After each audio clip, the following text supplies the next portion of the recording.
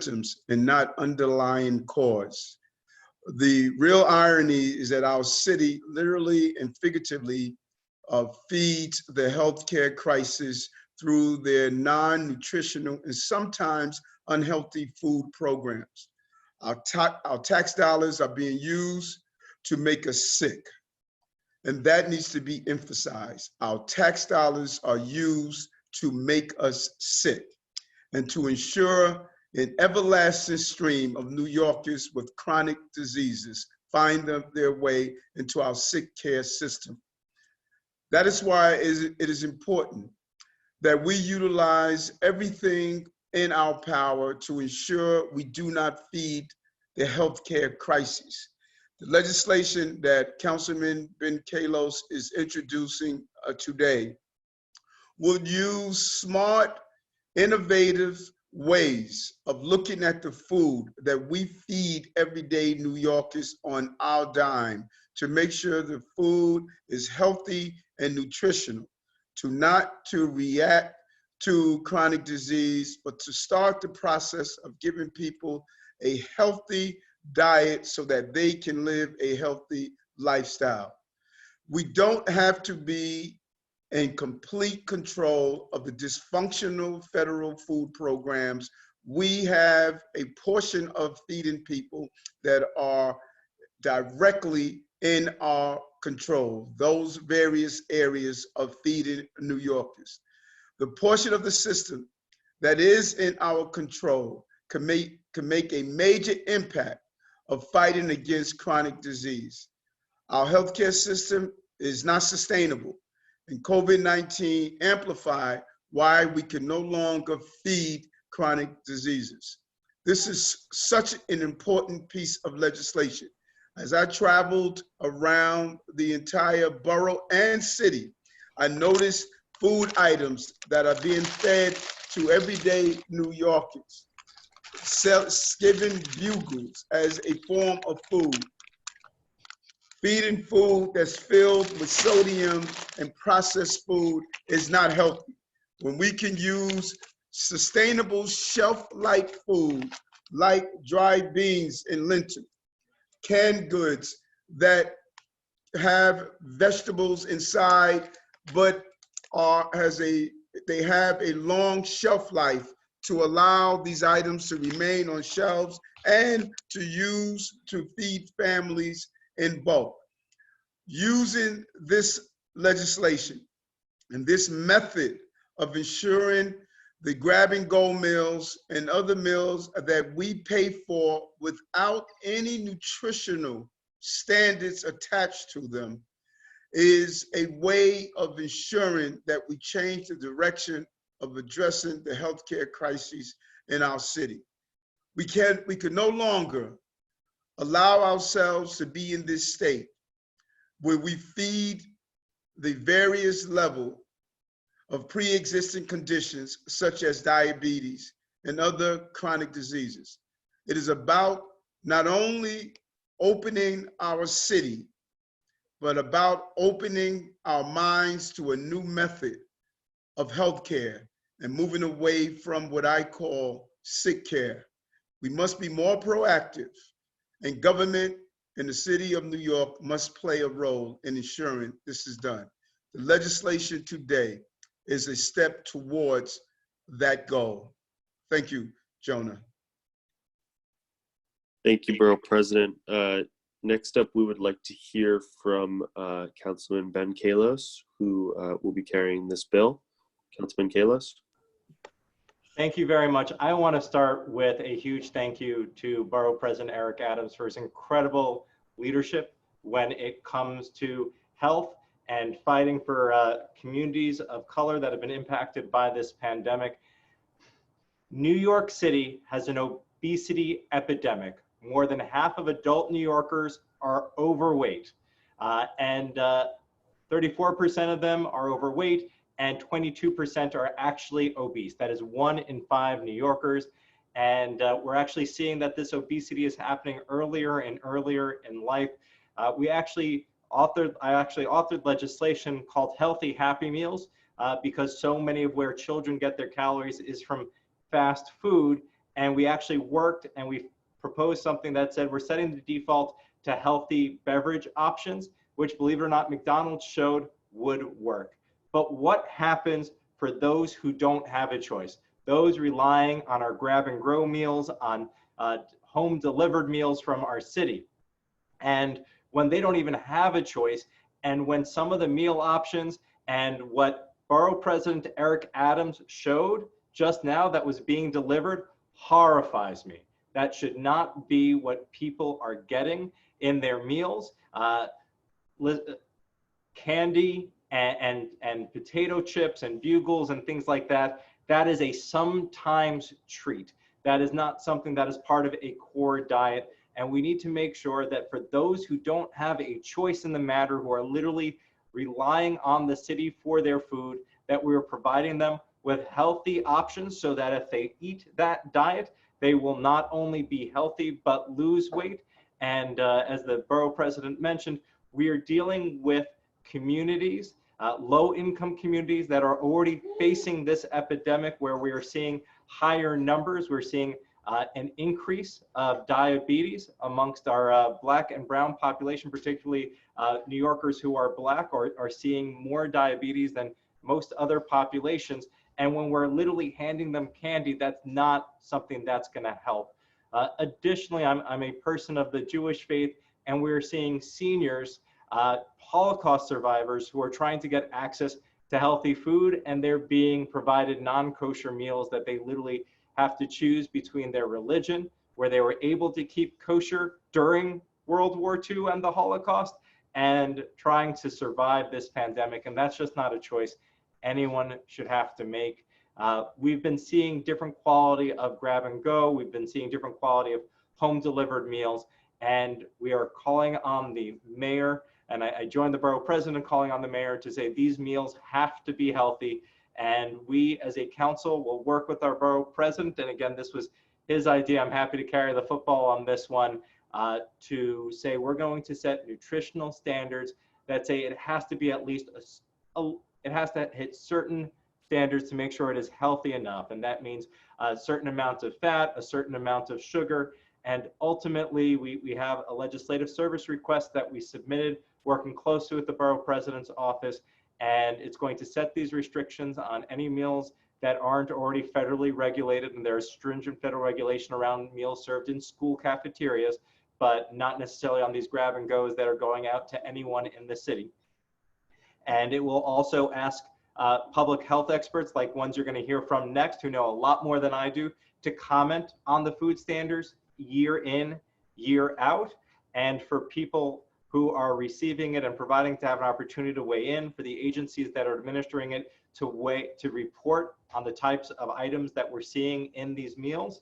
And I think the last but not least, which I think is incredibly important given the way we are seeing disproportionate impact and disproportionate service based on whether or not you're on the Upper East Side or in a low-income community in Brooklyn, about making sure that we are able to see an impact on the types of food and the adherence to our guidelines in different communities, and that impact on whether or not people who are Caucasian are getting different meals than people who are Black and brown, because we've just seen so much systemic racism throughout our city, both in the private sector and even how the government does business. So I want to thank our Borough President Eric Adams. I look forward to working on this legislation with him, and in the interim trying to force the administration to set these nutritional standards voluntarily.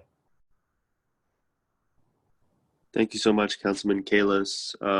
Next, we would like to hear from Dr. Yami Cazorla-Lancaster, who is a healthcare professional. Hi, thank you so much. Thank you for your leadership, Brooklyn Borough President Eric Adams and Councilman Kallos. I think that the most important thing that government can do is to lead and protect its people. Now, it's a sensitive issue because right now we want to address hunger, we want to address true scarcity. However, we have evidence-based information about the power of food, the power that food has to both prevent and potentially reverse disease. So this is really important all the time for our citizens, but it's especially important right now. because we're dealing with a COVID-19 pandemic and New York has been hit so hard. So right now, as the government providing food to people who need food, it's in the best interest of everybody to provide more whole plant foods, and it doesn't have to be more expensive than what we're already able to do.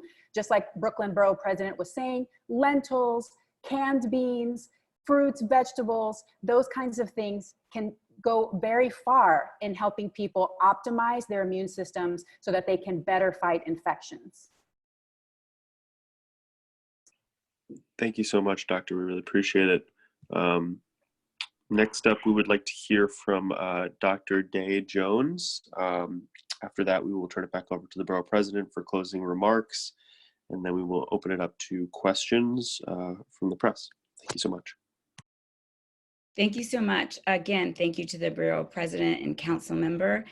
Well, the thing that I really want to say that's really important in this time is people need to be nurtured, and that food can be nurturing to them, and the way that they're treated is also being nurtured to them. So when people are receiving candy and things that are not real foods, it makes people feel like their health isn't important, that they're not important, that their needs are important, and that they're not being really considered and taken care of. And I know that what this bill is going to do is help people feel taken care of physically, but we also have to think about the mental, emotional aspects of people during this time. And that people really want to know when they're scared that they have people that are supporting them and helping them in their ability to actually be well, to maybe even learn new habits, to find things like nuts and seeds and, small things that they can have for snacks that they can enjoy. And as they get out of this, they can actually take that into their new and their daily life.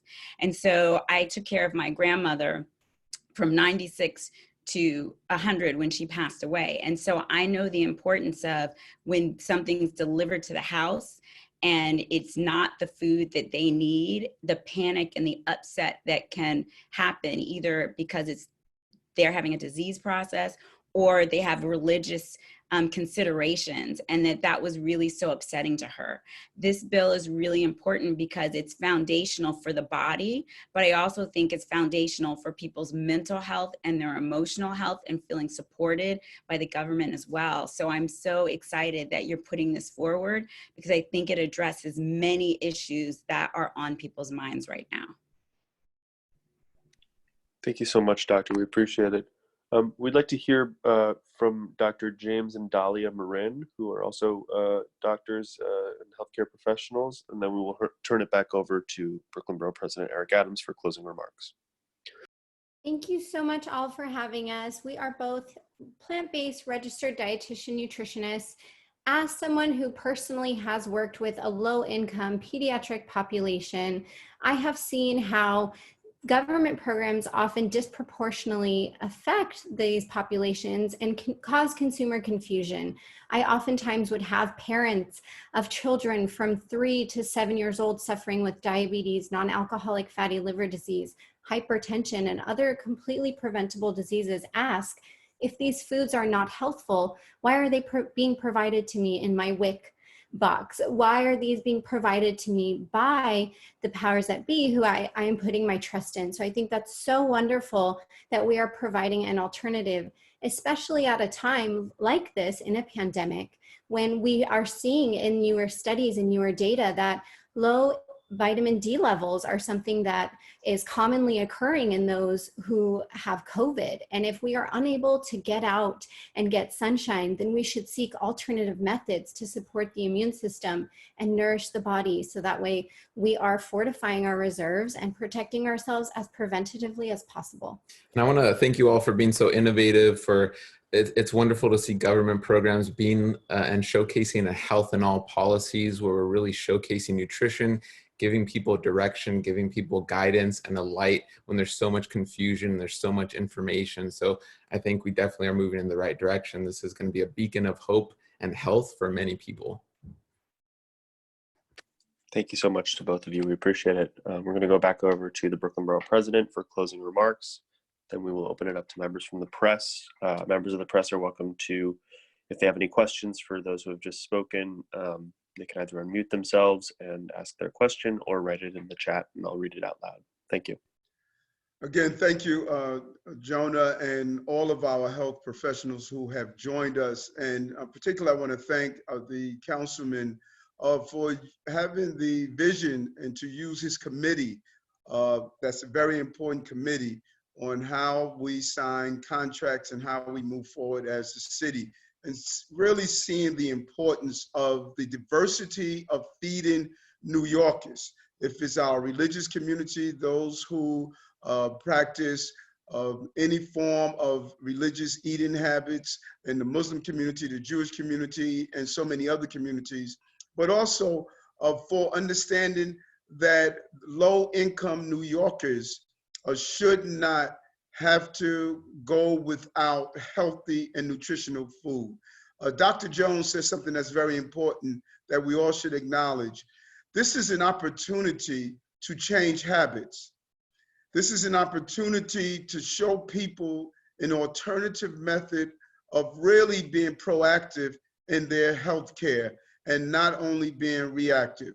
We should use this opportunity not only to heal New Yorkers through the COVID-19 virus, but also start the real conversation of how do we prevent those preventable chronic diseases and those pre-existing conditions.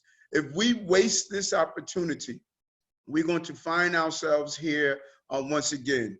The emergency of COVID-19 should not turn into healthcare emergencies every day. That is the obligation we have. And when you look at the federal, state, and city conversation around COVID-19, nowhere in the conversation are we talking about nutritional food. We're only talking about how do we respond when someone is ill. It's time to add in this conversation, how do we prevent people from being ill in the first place? And that is what this bill is doing. It is initiating the discussion that the process of what's on our plate and what we put in our mouths could have a strong determination of what happens in our healthcare facilities. Our healthcare system is not sustainable.